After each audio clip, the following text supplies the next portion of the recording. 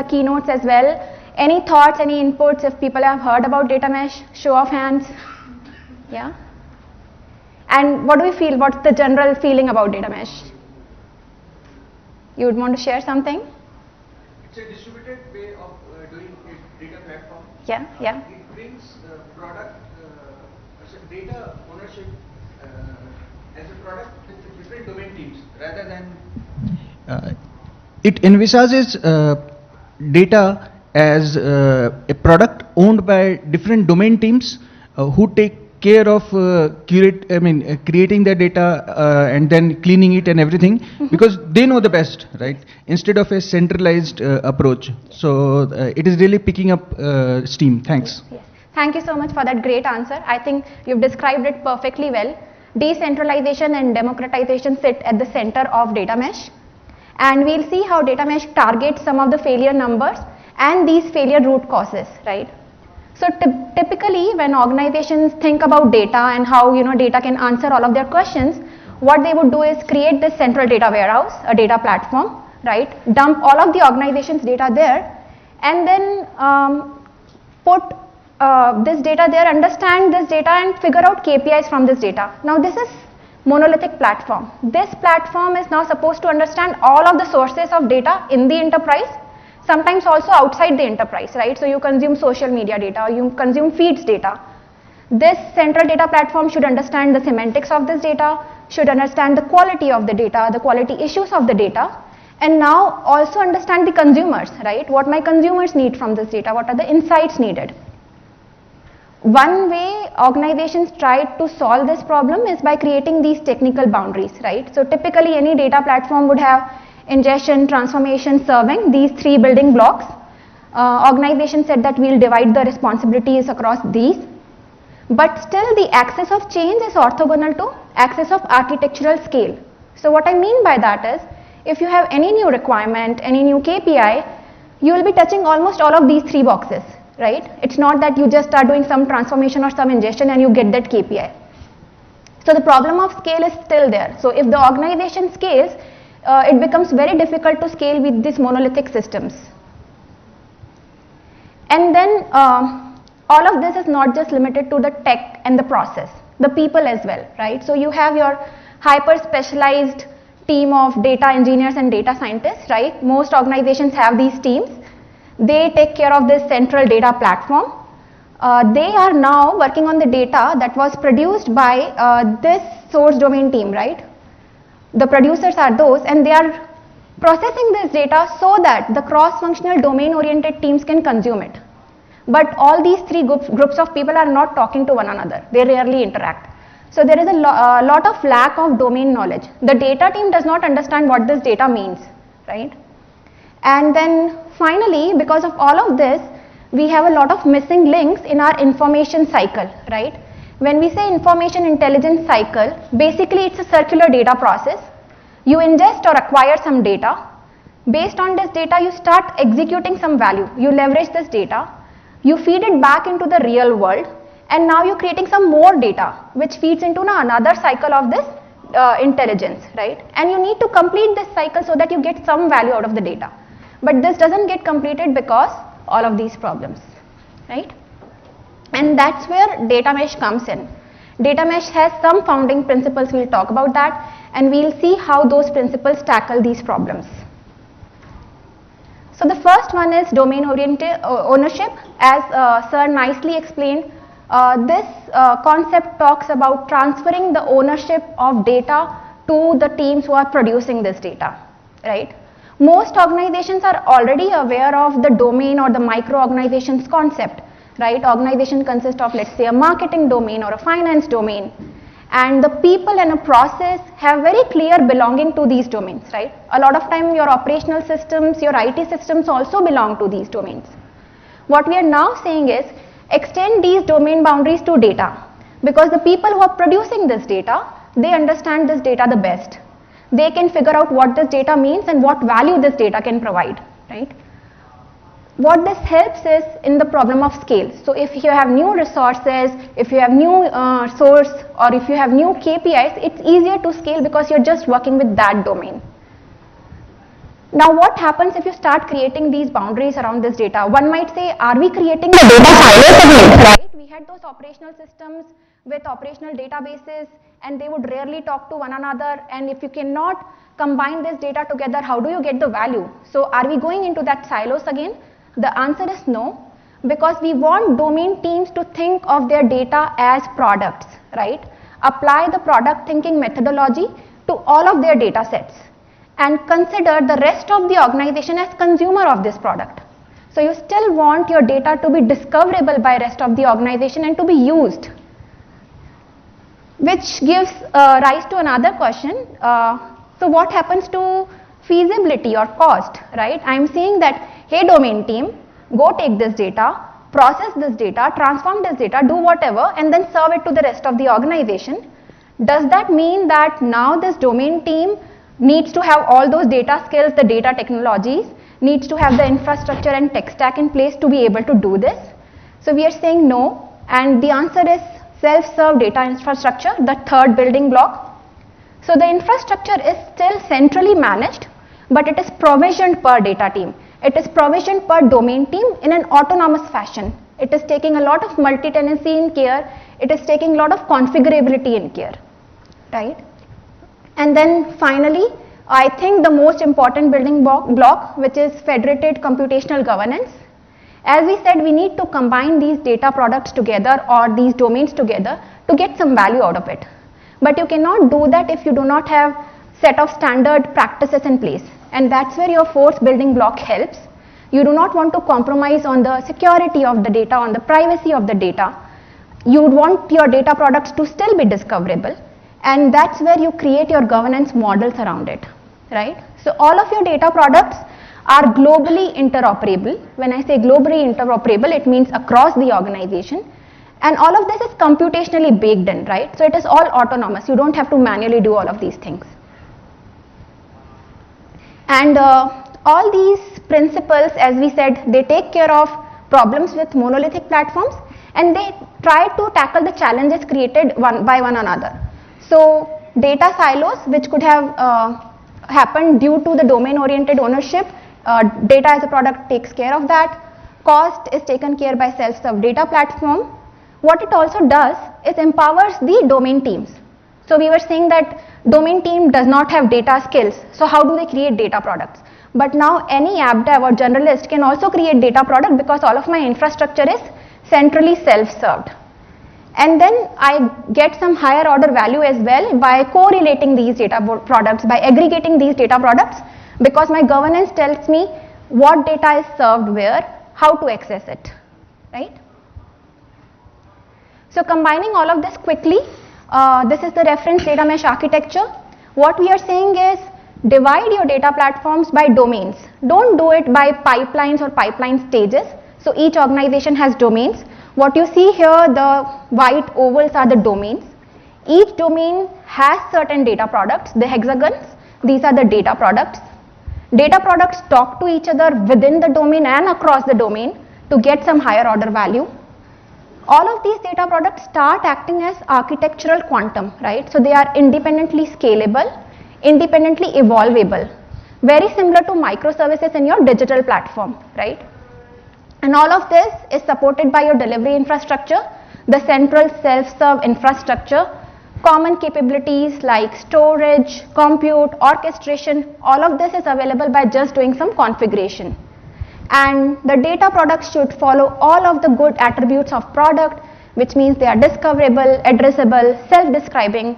So if any new data product comes up in the mesh, you just need to talk to that data product itself to understand what data it is exposing and how it is exposing that data and how you can use it. Cool. Now coming back to MediaCity. Any guesses on what MediaCity is, what business it is doing? Any cool guesses? I think the name is quite self-explanatory. No? You close? Yeah. So MediaCity is one of the biggest broadcasters, not Netflix though, one of the biggest broadcasters in UK. Their primary business is creation of content and distribution of this content to other broadcasters as well, like the Netflix and the Amazon. They schedule their own content as well. Primary revenue models, definitely just like any such service, is subscription, advertisement.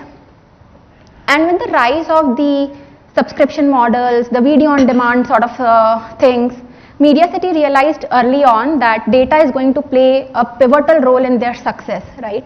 If you want to, let's say, give some customized subscription plan to segment of users, right? Or you want to recommend the next movie, something as simple as that. For all of this, data is a big enabler, right?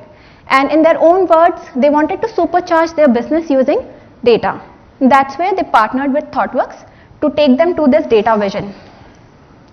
And once we started interacting with them, the first thing that we wanted to do was understand what are the key problem areas which are stopping them to achieve this vision. No surprise, these were the key themes. We talked about these themes in the failure as well. We talked about these themes in the data mesh recap as well. So there were a lot of operational systems. Each operational system has its own database. They are not sharing the data across. Even if they are sharing the data, they are doing it manually. So I am marketing department, I want to run some targeted campaigns, but I don't want to do it for all the viewers, so I need viewer information. So I reach out to viewer department, give me viewers data, they do it manually, and because they're doing it manually, it's not consistent. So there is low trust in data accuracy. Because each of these operational units are working in silos, there is no clear ownership of data. The structure and the process around data is also unclear. Something as simple as attribute of an entity is named differently across different operational systems. And definitely as an operational system, I have my goals, I have my KPIs, and there is little to no alignment of that KPI with the organization's business strategy. Low data literacy overall, and as they said, we want to supercharge our business using data. I can do that only if I have a holistic view of my data, a holistic view of my customers. That doesn't happen because of all of these challenges. And the organization culture overall to become a data guided organization is impacted.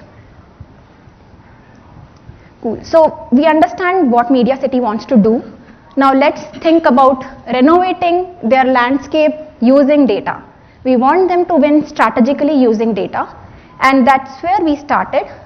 So first thing that we wanted to do. Now one key thing to remember here is this data vision or data strategy does not work in isolation, right? It is very important for this data strategy to align with the business strategy, what business wants to do. And that's what we did. We did a data strategy workshop with them, and this alignment of data strategy with business strategy usually results in these 4 different facets, right? The first one is vision and business outcome composition. This facet essentially focuses on, as a business, what are my opportunities, what are my intentions, what are my aspirations, right? And when you combine data with it, it brings data aspect to the forefront, right? It connects your business needs to data. How you can answer business questions using data, how you can accelerate your business using data. This business outcome composition is also called as business value cases. We'll see what were the value cases for MediaCity. And once you understand this is my vision, how do you measure yourself whether I'm going in right direction or not? What is the pace at which I'm moving? So you need some KPIs. That's where the second facet comes in, which is strategy setting, right? In terms of data, it is decision making using data. And then you have new ways of working formulation. You know that you have these KPIs to achieve. Does your current organization's operating model or ways of working support achieving that KPI? Might be, might not be, right? So you need to figure out new ways of working to be able to do that. And finally, architecture establishment, definitely this is the blueprint of how you start showing value. We engage with a series of conversations and workshops with MediaCity. I'll not go into a lot of detail here, but we started with the value cases, the first facet of our strategy, and we used this approach called double diamond. We went broad to cover all of the value cases. We need to understand each of them at some higher level, and then converge to figure out what are my priority value cases. We followed it up again with the similar diamond approach, where we said that now for the prioritized value cases, go broad to understand the tech, the operations, the people, the process, everything, and then go deep to come up with recommendations, right? So essentially these are the artifacts, the road mapping, the financial modeling, the target operating model.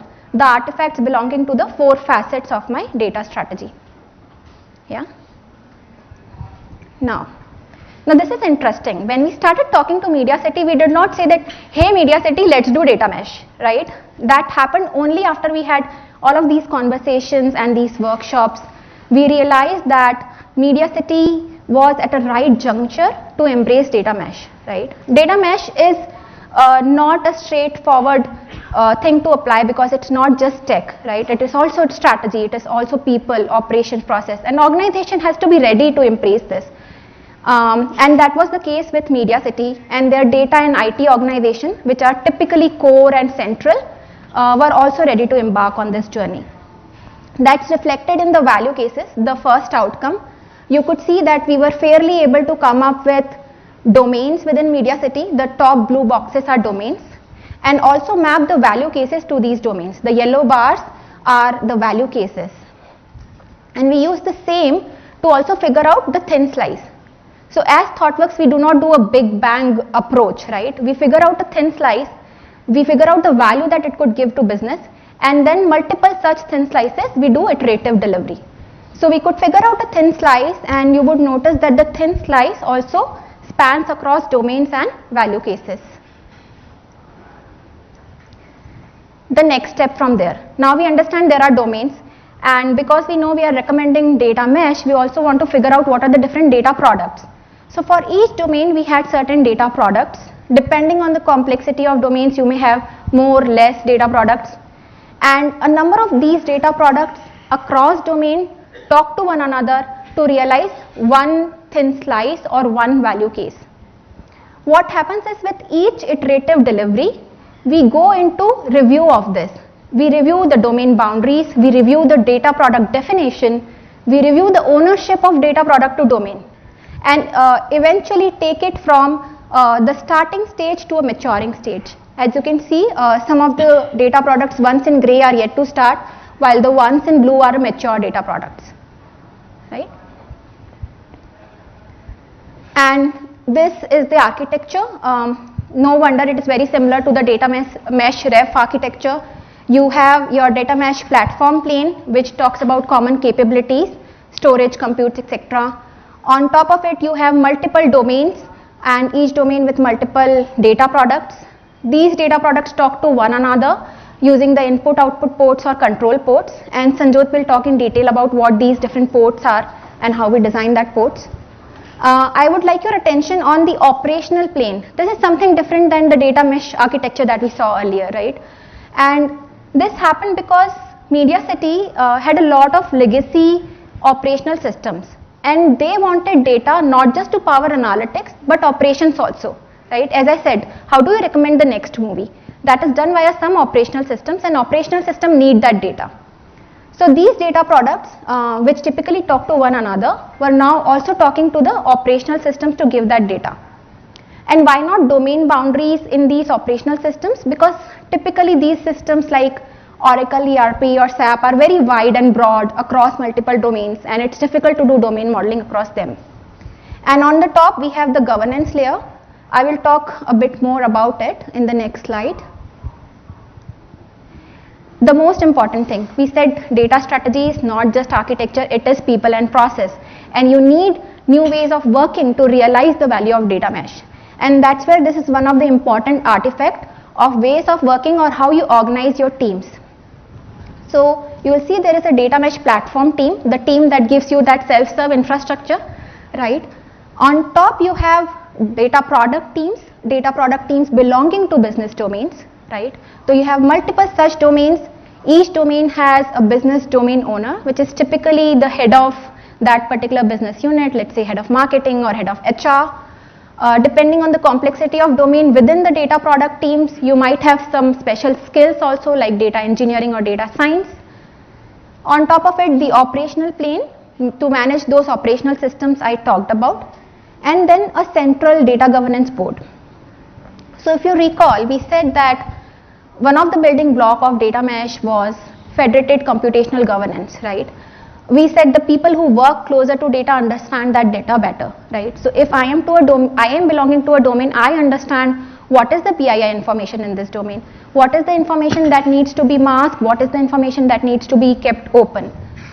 But then there are certain rules and policies that you need to apply on the organization level, right? GDPR if you are working in European market, or if you are in medical industry, you need HIPAA compliances, or you need to define the roles, the users, the accesses at the organization level. And definitely you want to have an oversight of these domain teams as well. That's where your central governance body, the data governance, comes into picture. And this was all the ammunition that we had to begin renovating the Media City landscape, and Sanjyot will talk about how we did that. Thank you, Balvinder. So now we would go ahead to see like how we went ahead for building the data foundations for this Media City. So firstly, like in the earlier data strategy section, we saw like how we went ahead with defining domains, then value cases, thin slices. So for the implementation phase, the first step which we take is to create the customer journeys, and then based on the prioritized journey to create the product interaction map. So what is this product interaction map, right? So it's basically consisting of data products which are communicating with the source systems, getting in data and then communicating with other data products and feeding back to operational systems as needed. But to support this, we have the bare minimum platform capabilities, like let's say orchestration or compute, which are set up by the platform team per domain, and using which the product teams would build these data products and also the supporting infra. So the next one, which is just an extension to the earlier one, where we have a new domain which is getting added and then some new data products getting built in it, communicating with some data products from earlier domain. So to support any of the new journeys, the flow which we have been following is firstly to extend the platform capabilities to ensure that we are only building those things to suffice that new domain or that newly onboarded data product. So here we have taken an incremental approach, rather that is to build only those things which are needed for platform rather than building everything for platform first. Along with that, for when we say data product, right? So these data products, they should be completely valuable, and whatever data they are providing, it should be useful and it should be considered as a product for the downstream consumers. So with this, like any addition of new journey, we may have to also shift the domain boundaries as needed, and also considering the team aspect, right? So initially we begin with a small team which benefits with initial knowledge sharing and alignment. But as new journeys are getting introduced, we may have to split teams or realign them with these new data products or the domains. And lastly is to continue this cycle by bringing in new data sources by creating data products. So far we saw the generic approach for what we were doing to support the new journeys, but now we would move on to what exactly the first prioritized journey was for Media City and what the architecture looked like. So before that, any Game of Thrones fans here? Maybe you can just raise hands. Good. Cool. So similarly to Game of Thrones, like Media City had a game of data program, and the first prioritized journey, it was around targeting heavy viewers of this game of data program by running the Facebook campaigns. So we began with like who our initial consumer was, right? So in this case, it was the marketing team of Media City, and then like the next question we had, like how they are going to use this, like how they are going to target these viewers, right? So for that, they already had a customer data platform which we call CDP, which consists of like fancy UI and all those things which could help to import data, create some segments, and also run the campaigns using external third-party connectors like Facebook. So the next thing we had, like we would need to build something so that we can do those aggregations, like to get those results of how many viewers have watched this program for, let's say, last 6 months, for at least an hourly daily viewing activity, right? So to build this kind of aggregations, we thought that maybe we'll have some kind of data product which would help to serve these CDP, right?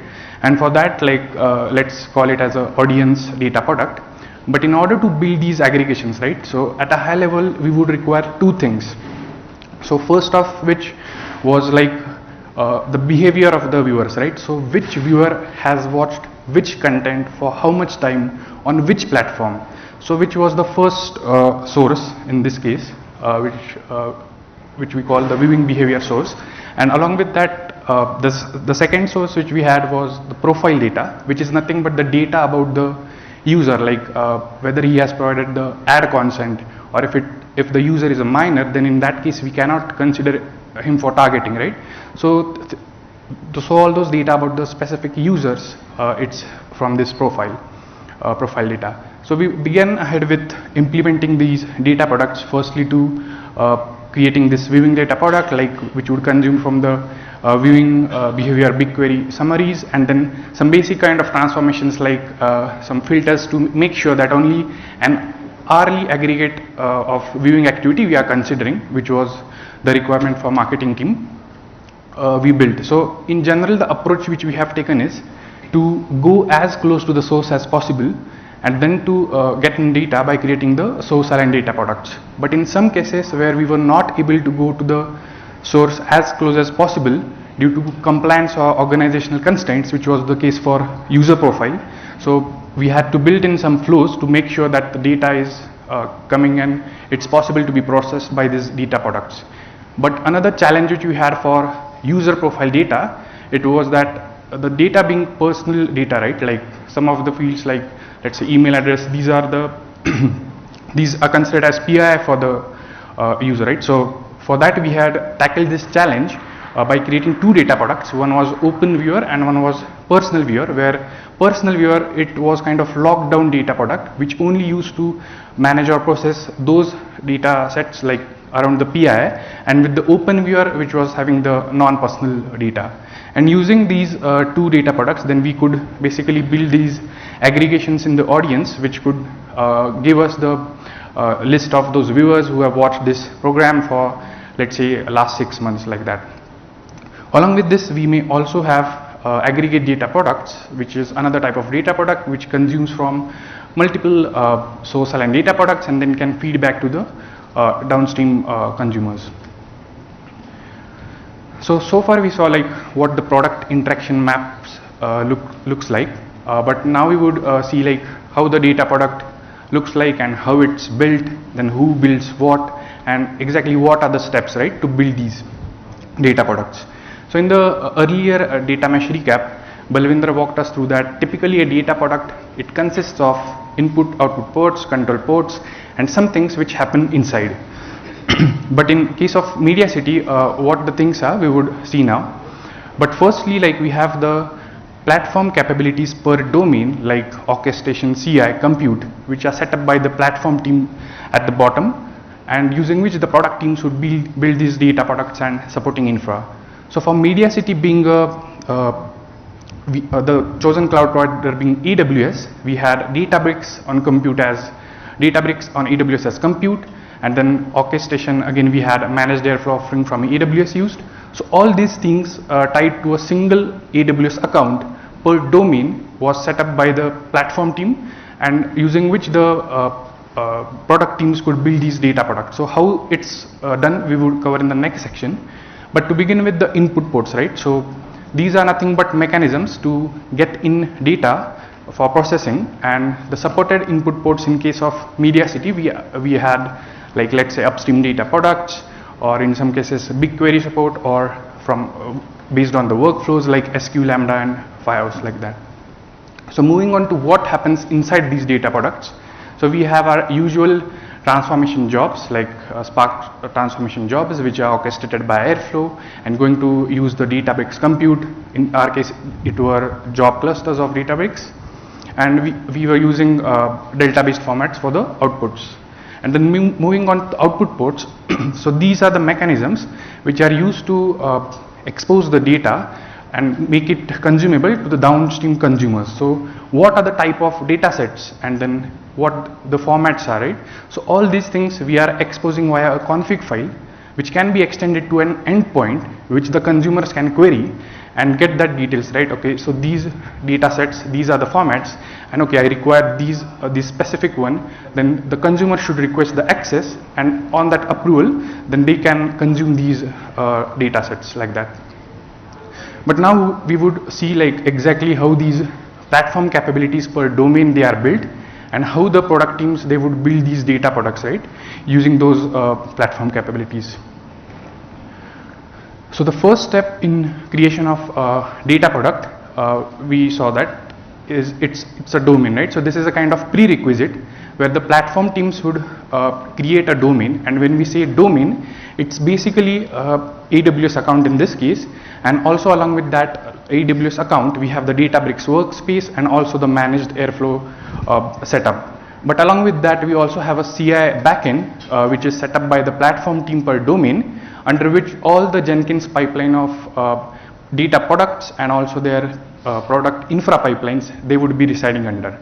So like in this case we have this marketing domain which is going to get onboarded, and then platform team has some repository consisting of Terraform, YAML and all those things, and they set this up for the product team. So after this first step, the next step we move on to what the product teams do, right? So product teams they have built a template data product which is nothing but a Git template consisting of all those things needed to bootstrap any of the core of data product. So when we say core of data product, it's basically consisting of like things like Spark based transformations, in this case some sample Spark job, then orchestration for that Spark job, CI/CD scripts.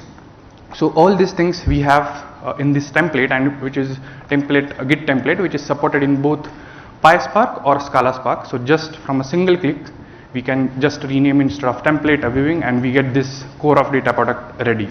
But still we are missing on some things, that how this data product is going to get run, right, or deployed in the environment, because it should be using those things like where it's going to get run, how it's going to get run, right? So for that we have the third and the final repository, or which is set up by the platform team earlier, which was built by the platform team, but to enable the product teams so that they can build the infra needed for the each of the data products on their own. And in this case, like we just have to the product teams now just have to use the similar kind of template for this onboarding. Let's create some folder, let's call it viewing, and in this case, like just fill in all the infra related things which are needed for that data product. Let's say S3 or some buckets, or some, in case if the data product is going to communicate with some external systems, in that case let's say some ASM secrets, then all the accesses and also the retention policies for outputs. So all of these things they just need to fill in that template, and then once the CI pipelines run, the data product is basically ready to be run or deployed in the environment which is it will be using all these orchestration, compute and all the things which were set up at a domain level like that.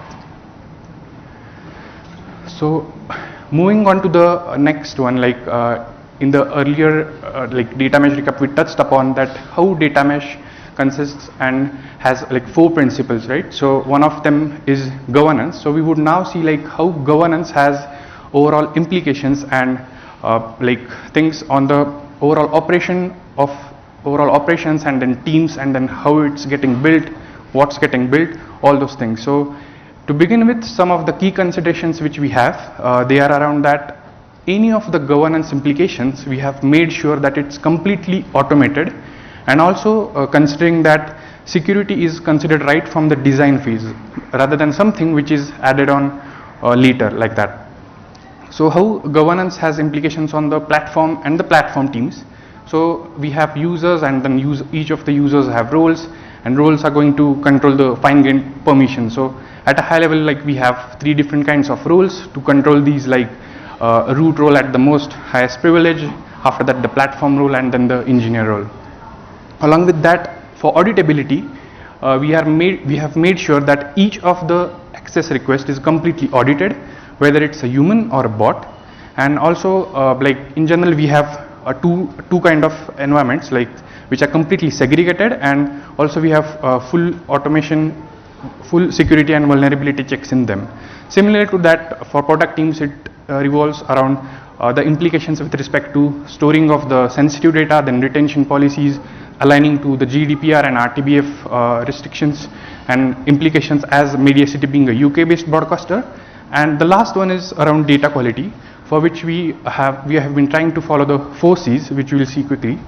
So here we have a 2-source system where there are 2 data products communicating with 2 sources, getting in data and then some downstream consumer, right? So we have used AWS DQ as a quality metrics so that we can ensure that we have some quality constraints defined, and when the data product is going to actually run, we have this matrix computation done and the quality reports generated, which can be validated against.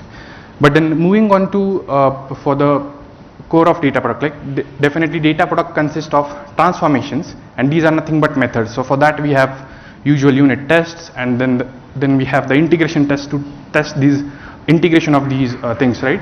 But still we are also missing upon something, that is data product not just consists of only transformations, but also data product consists of where it's going to get run, how it's going to get run, and then where the results are going to get stored, right? So basically the things like orchestration, compute and storage, for which we have the product end-to-end tests, which are going to actually run in the environment and going to get triggered by an Airflow DAG, use the Databricks compute, and also store the results on S3. And the next level is journey end-to-end tests, which we have been working to, instead of stubbing the inputs, to also consider the upstream and downstream data products as part of that testing phase. And then finally we move on to how the ongoing evolution means for Media City, like going from data products to domains, then thin slices, value cases. Like the earlier marketing domain which you had, it's now split into 2 domains, with one being viewer domain, which has those 2 data products, open and personal viewer, under that domain, and also with the ownership of that viewer domain being given to the profile team of Media City, who are the actual creators of the source, that is the profile source, right? So along with that, some new things like new data sources to enrich the campaigning experience for marketeers. But one of the interesting journey which recently got also prioritized for Media City, it is that Data Networks is a client of Media City, and Data Networks are the manufacturers of wireless networking devices. And Data Networks, they want to show the advertisements on Media City's video content and book some advertisement slots using some strategies. So all these things, they are enabled by this newly onboarded commercial or advertisement domain, which is in progress. And overall, if we see like the number of data products interacting with each other across domains, so to support the discoverability aspect, we have the platform team which is working on to adapt to Unity as a catalog, and also one step towards a domain self-serve. So far we saw that how the product teams, they were able to build the data products and also the supporting infra for that data products, but they were always dependent on the platform teams for the existence of this domain level capabilities. So using this domain self-serve, like the platform team is building these capabilities, which would enable the product teams to also build the domain if it doesn't exist. And then next we move on to learnings. Yeah, I think we've now seen and realized that data mesh has become the backbone of Media City's data strategy, and we definitely came out with a lot of learnings in the entire engagement, not just for Media City and Thoughtworks, but also the concept of data mesh. We got a lot of learnings. So we saw in the failure root causes that not thinking about value cases was one of the reasons. Here we start with business outcomes or value cases, and then we backtrack. So what are the data products that will enable these value cases? To which domains these data products belong to? And what are the minimum requirement platform capabilities to run these domains and data products? I think that has really helped us a lot. The next one is data mesh. It's not just a solution to a technical problem, but also to an organizational problem, right? And hence it is also hard. So for Media City, one of the advantage that we had, as I said, was they already were aware of this concept and they already were aware of advantages of decentralization. But with any other engagement, one thing that you'll have to keep in mind is the organization challenges as well, and how you can use the pull and push of top-down and bottom-up approach to solve these challenges. Next one is the differentiation between the operational plane and data plane. It's very easy to say, okay, I'm not able to do domain modeling, let me put this stuff in operational plane, but that is going to bite you back. So you need to figure out what exactly goes into the operational plane and what sits in the data plane with those domain boundaries. And finally, defining data products. We do not have a rule book or a set of policies which would say that this forms your domain for your organization. I think it's very much case to case. Even with organizations in the same line of business, you could have different boundaries and definition of domains. So it's more of an art rather than science. And then we get to the delivery phase learnings. So where the first learnings as part of the delivery phase we had was that privacy by design, right? So for Media City being a UK based broadcaster, definitely the implications from RTBF and GDPR we had to consider, and things like anonymization of the identity of each viewer, right? So we ensured that the identity is completely anonymized throughout the mesh wherever we are storing data, and also the retention policies for all those things which are storing the PI are basically 30 days in alignment with the RTBF. So moving on to the next one, like we saw how the marketing domain in earlier section, it has got split into the other domain, right? Viewer domain. So definitely the initial understanding of the domain that may evolve over time, and we may have to shift these boundaries, and along with that the ownership aspect, right? So as we saw earlier, that the viewer team who basically created the source systems, right, they were transferred the ownership for Media City. So it was hard, definitely. So it's not something which is quite easy, because when we say ownership, it's that teams are likely to run away, but we had to have number of organization level conversations within Media City to make this happen. So it was hard but worthwhile.